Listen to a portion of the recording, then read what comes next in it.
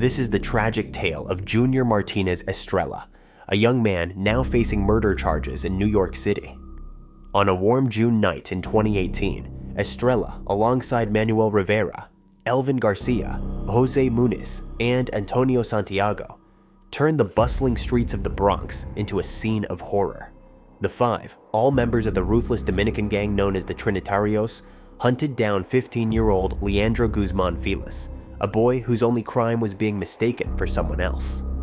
Leandro had set out that evening to meet a friend, blissfully unaware that his life would soon be violently cut short. 4 cars, like predators, stalked the streets until they spotted their prey. The gang members, blinded by hatred, mistook the teenager for a rival and began their deadly pursuit. Leandro ran, his heart pounding, until he sought refuge in a nearby bodega. But safety eluded him. The grainy footage from the store's CCTV captured the desperate moments as Leandro tried to hide, his small frame trembling behind the counter. But the gang found him, dragged him out into the unforgiving night, and what followed would shock an entire city. Armed with knives and machetes, the 5 took turns stabbing Leandro, their brutal attack as senseless as it was savage. Bleeding and barely clinging to life, Leandro managed to stumble back into the bodega, hoping for help, but he was sent away, his pleas falling on deaf ears. With every ounce of strength left, he staggered towards St. Barnabas Hospital, just a block away, only to collapse at its entrance. Onlookers tried in vain to save him, while 2 police officers stood by, indifferent to his fate, a decision that would later spark an investigation. Within 20 agonizing minutes, Leandro was gone, a fatal wound to his neck taking his life. The city mourned, and the police swiftly acted. The killers were arrested, their faces etched with the malice of their crime. A 6th gang member, Kevin Alvarez, turned on his comrades, testifying against them in exchange for a lighter sentence. Alvarez, who had helped drag Leandro from the bodega, pointed fingers, hoping to save himself. The trial was a bitter spectacle. The courtroom bore witness to the callousness of the accused as they flashed gang signs and shouted slogans, showing no remorse for the life they had taken. In the end, justice was served.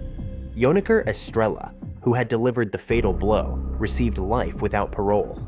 His accomplices, Muniz, Garcia, and Santiago, were sentenced to 25 years to life, while Rivera was handed 23 years to life.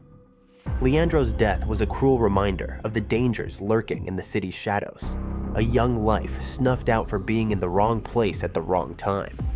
But what happens when a popular music artist, someone who had touched millions with his art, is killed in broad daylight? Such was the case with Jose Onfroy, a rising star in the world of hip-hop. On June 18th, 2018, just 2 days before Leandro's tragic end, Onfroy was out shopping for a motorcycle in Florida, unaware that his every move was being watched.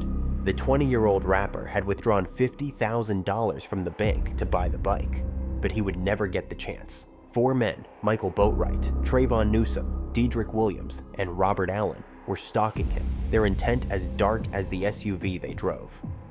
As Onfroy left the dealership, the black SUV blocked his path. Boatwright and Newsom, guns drawn, demanded the cash. A struggle ensued, and in a split second, the rapper was fatally shot. His lifeless body slumped in the driver's seat of his BMW, captured on a bystander's phone. The world of hip-hop was left in shock, with artists like Diplo and J. Cole expressing their grief. The 4 men were soon arrested, charged with first-degree murder and armed robbery. Robert Allen, seeking leniency, testified against his co-conspirators, revealing the chilling details of the crime. Boatwright, the man who pulled the trigger, received an additional life sentence, while the others were sentenced to life without parole.